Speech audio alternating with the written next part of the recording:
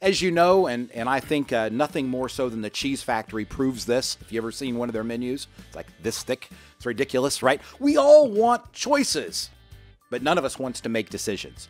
And none of us wants to make a decision with their lurking fear of what if I get it wrong? Today on Consider This program, we're going to try to give you some things that you might want to consider if you're thinking about relocating.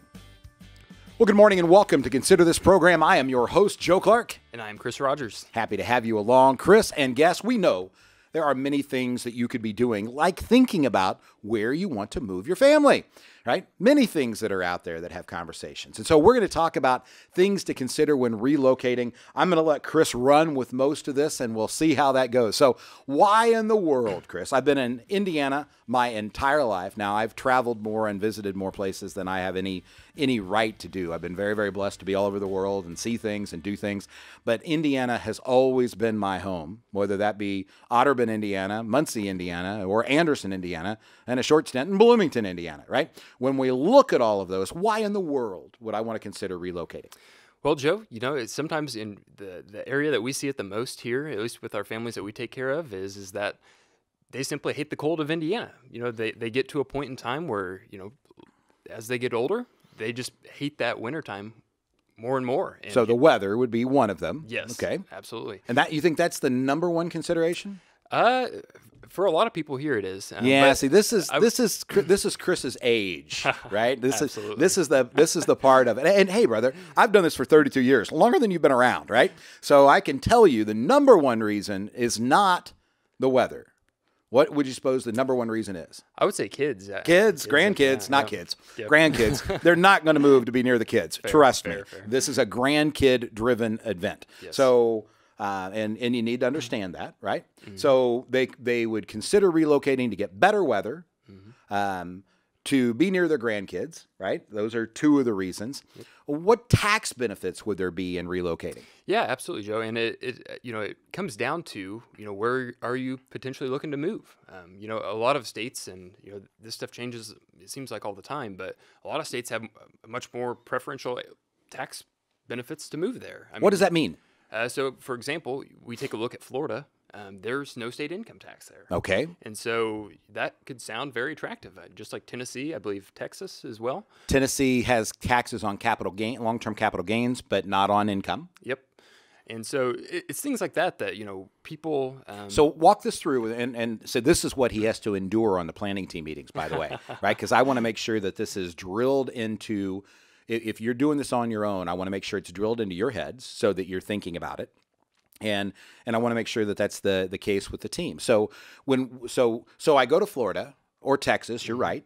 One of the states, or 7 of them, I believe, that have no state income tax. Yep. So in Indiana, it's about 5%, right? So if I have $100,000 a year retirement income, I'm saving myself $5,000 to move to Florida, right? Now, why is that doubly beneficial that I move to Florida? That is a good question. Now you go back to the 1040, yeah. Right? So when you talk about itemized deductions or standard deductions, the IRS will tell you most, if you can see the video, and remember, if you're listening to us on a podcast or the radio, you're not seeing our pictures, but you're welcome to go to yourlifeafterwork.com. You'll see the videos posted where you can actually watch this. If you're a WIBC listener, remember, you only get 3 segments. So if you want to see the whole show, you've got to go to the podcast, or if the video, to yourlifeafterwork.com, and you can get it. But in 2017, we had the largest tax code change in the history of my career, effective January 1 of 18. So you had a whopping about 8 days to do anything about it, and that included Christmas and Christmas Eve, right? And New Year's Eve, right? It was, you have no idea the level of stress that I went through to make sure that people were properly taken care of over a very, very, very short-term period of time. But that's how tax code changes work. When we look at your itemized deduction, there are 3 big itemized deductions. You want to go for those? Yeah, I know we have the SALT tax, so state and local. Right. We have medical expenses. Medical are not one of the 3. They happen to be one of them in big years. They can happen to be one, but they're phased out by a limitation of your income. Okay. So what are the other 2? You participate in both. Mortgage interest. Mortgage interest. it's a rough one. And property tax? Charitable contribution. No, Charitable property contributions. tax goes under the SALT. Yes. Right? Okay. So what happened, Chris, in 2018 that made SALT tax such a big deal? I believe it reduced the amount that you were able to deduct. Ding, ding, ding, ding, ding. So your maximum deduction was $10,000, counting all of your state, local, and property taxes. That included license plates. It included the whole enchilada, right? I mean, everything got added in there. And so in Indiana, unless you were a really higher income person, it wasn't that big of an issue on that category. People in Chicago, where the tax rate was much higher, this was a whole different story, right? So moving to a Florida not only saved me the 5%, but also I didn't have anything that I was deducting, where if I was used to deducting it before, I may have got another 20 to 40% bump on that $5,000 in terms of net out-of-pocket expense, right? So this was a big, big deal in terms of the housing. Now, oddly enough, I've watched people move to worse tax consequence states. Yes. Right? So this is, if you're going to put together a strategy or plan, you really do want to pay attention to where you're going to be domiciled. One of my friends, a CPA, Charlie Sarwitz, in New York, actually works there as in his number one part of his profession is helping people change their domicile. Because in the old days, you just decided you were moving to Florida, you got license plates, you got a license. It doesn't work like that anymore, especially if you're a higher income earner. When you're retired, a little bit different.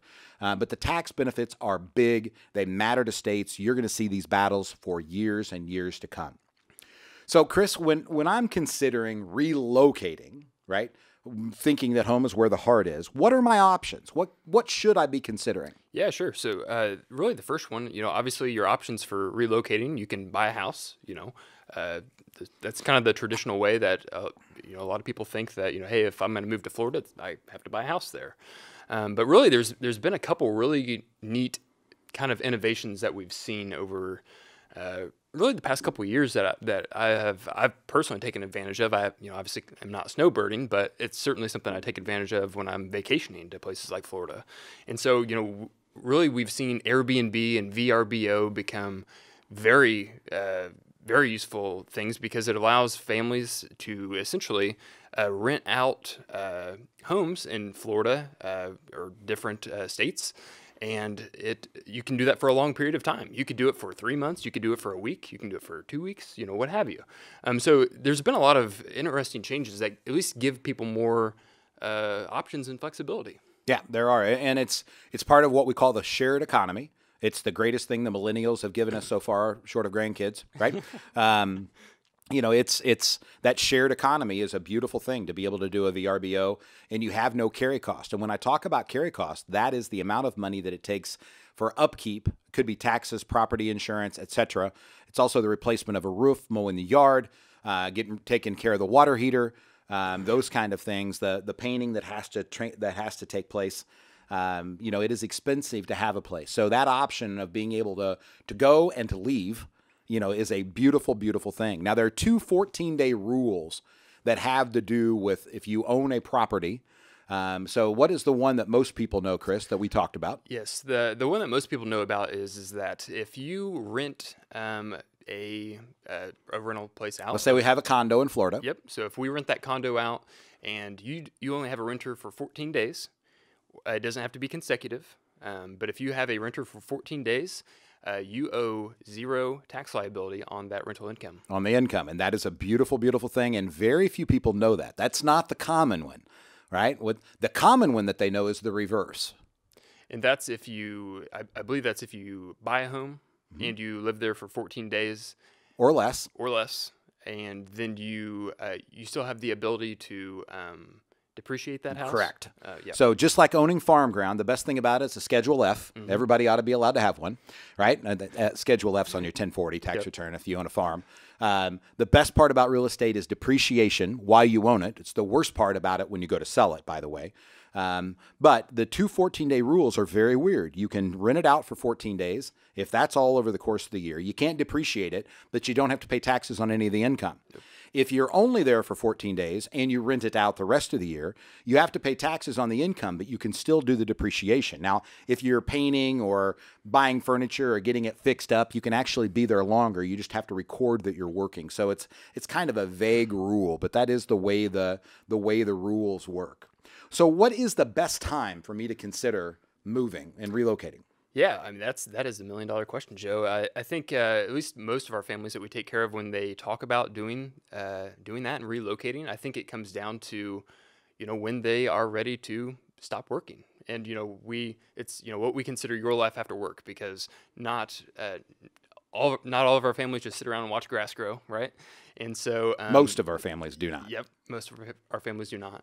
And so really, it's that time, when you and your spouse or you are ready to just to get away, and you've retired, you've worked hard, you've saved up your money, you didn't go to Disney, as we like to say, and it's just your time to move on to the next place of life. And I think we serve a lot of families that at least have that idea go across their mind. Yeah. And it's a fun thing to help people to work through, to free them up, to let them know that they're able to do it. So here's how we're able to help you at the Financial Enhancement Group if you're thinking about relocating. Number one, we're checklist driven. If you're a reader and you haven't read the Checklist Manifesto, I would check that puppy out. It's a great book.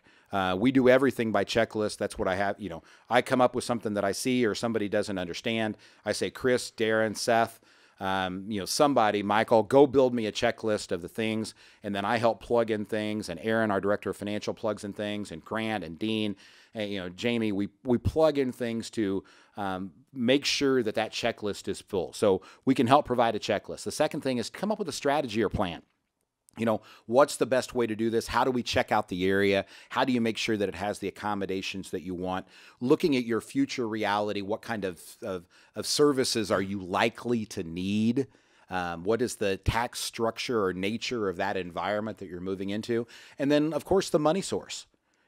When you're going to go to buy it, is it better to finance it? Is it better to use equity that you've got in your own home currently to be able to purchase the next one? Is it better to liquidate stocks? Is it better to take IRA distributions? Many times we help people use assets that are tax deferred to make the monthly payment so it doesn't increase your budget, but it's the best use of capital two different ways. Hey, give us a call at 800-928-4001 or go to yourlifeafterwork.com. Let's talk about your next steps meeting. yourlifeafterwork.com.